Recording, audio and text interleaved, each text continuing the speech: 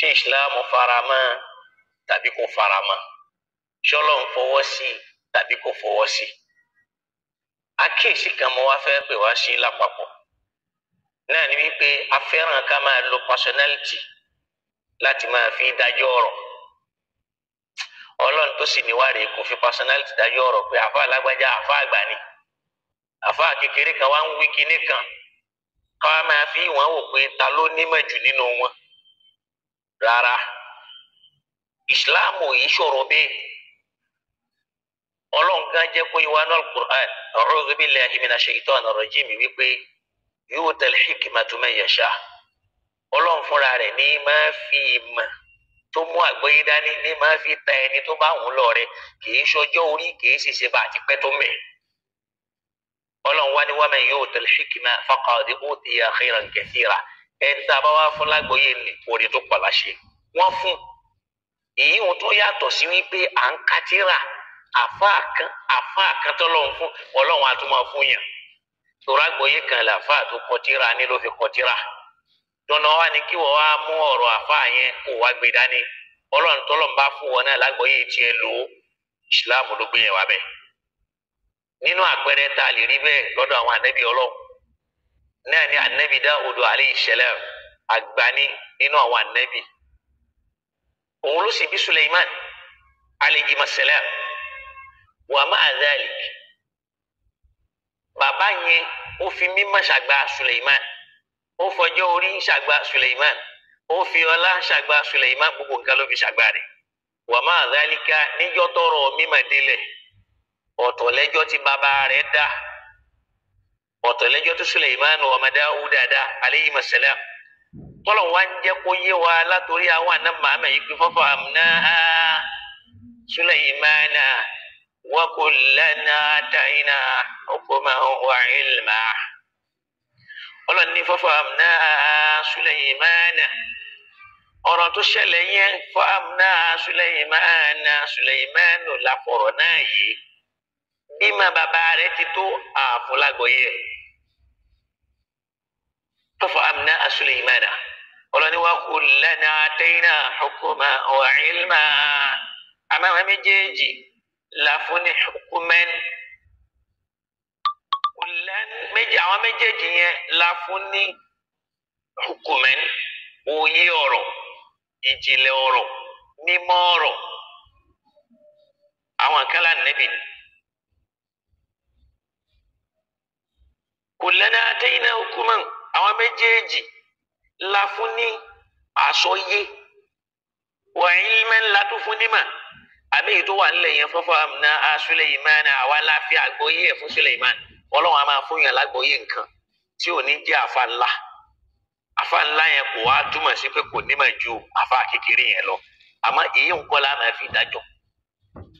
Al-Qur'ani tó wá, Ọlọ́run tó wá sọ fún wa ní Al-Qur'ani yìí pé fabashir suratu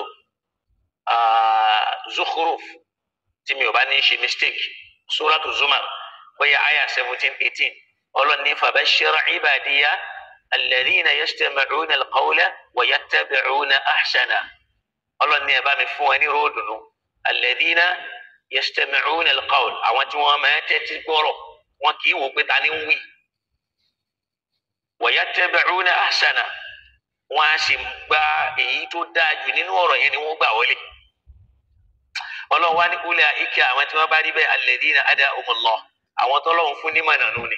Wa ulaika hum ulul albab, àwọn yẹn gan ni wọ́n ní làákàyè tí wọ́n ní òye tọrọ yìí gan. Ìyẹn fi hàn yí pé kì í ṣe bọ́jọ́ àfa ṣe pẹ́ tó, àbí bí màá rẹ̀ ṣe gùn tó, àbí pálí rẹ̀ ṣe tó lọ̀rọ̀ fi máa lálàáfíà jọ mi. Ẹlòmíì lè má ní pálí, ó lè má lóye, ó lè má lẹ́kọ̀ọ́, ọ̀rọ̀ rẹ̀ ó lálàáfíà, á wá fi ọ̀rọ̀ rẹ̀ lẹ̀, á máa sáré lé ọ̀rọ̀ personality yẹn. Ọlọ́run ò fi personality gbé ọ̀rọ̀ wá. Personality làwọn ará Mákà àti Mẹdínà ń wò.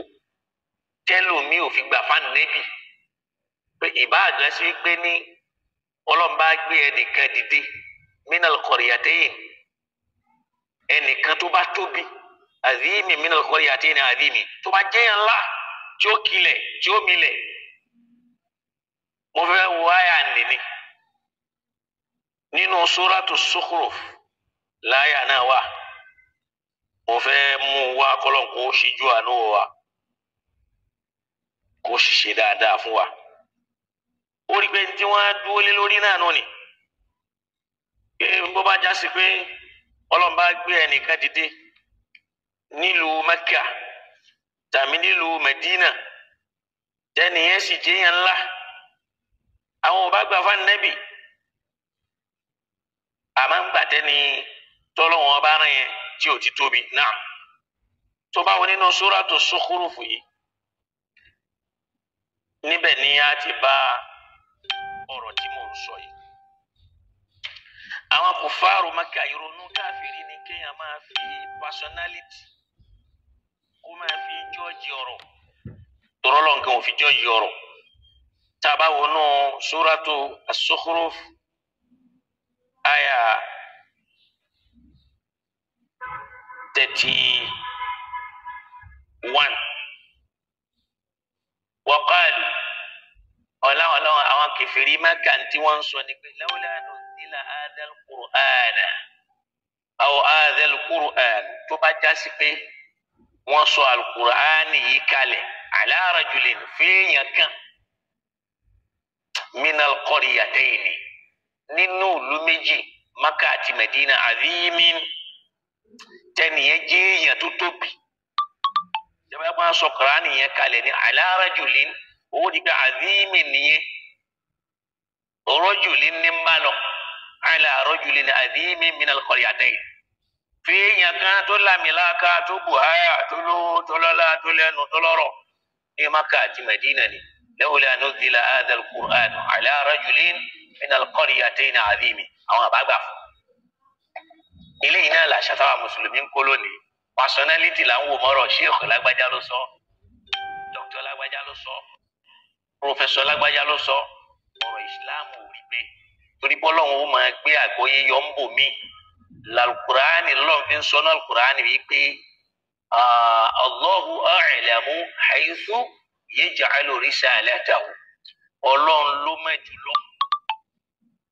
lórí àyè tí ó máa gbé iṣẹ́ sí ń gbà mí tí mẹ́sẹ́ẹ̀jì gan tí ó ti wáyé tí ó fi jó dodo kí lè jẹ́ àkíyèsí kan tá a gbọ́dọ̀ ṣọ́ra fún personality kọ́ là ń wò ọ̀rọ̀ yẹn gan la wò àtẹ̀rí tí ń bẹ ń bẹ tá a máa sọ pé imma an yakuna al-hujja al-baligha aw al-hujja ad-damigha aw al-bara'in wal-hijaj ẹ̀rí yẹn la bùkátà kìí ṣe personality ẹnìyẹn bóyá nítorí pé ẹnìyẹn gba oyè kan tó tóbi àgbóyè kan ńlá àbógbà pálí kan àbólọ́ọ̀bì kan rárá Islam ò fi yẹn ṣe anabi Suleiman àti anabi Dawud alayhi salam wọn lọ́ọ̀bì kankan tọ́lọ́run fi ń fi máa ròyìn wọn bẹ́ẹ̀ làwọn anabi Ọlọ́run náà èsì tọ́lọ́run fún wọn ni pé àwọn yaqsimuna rahmata rabbik ṣáwọn ni wọ́n ń pè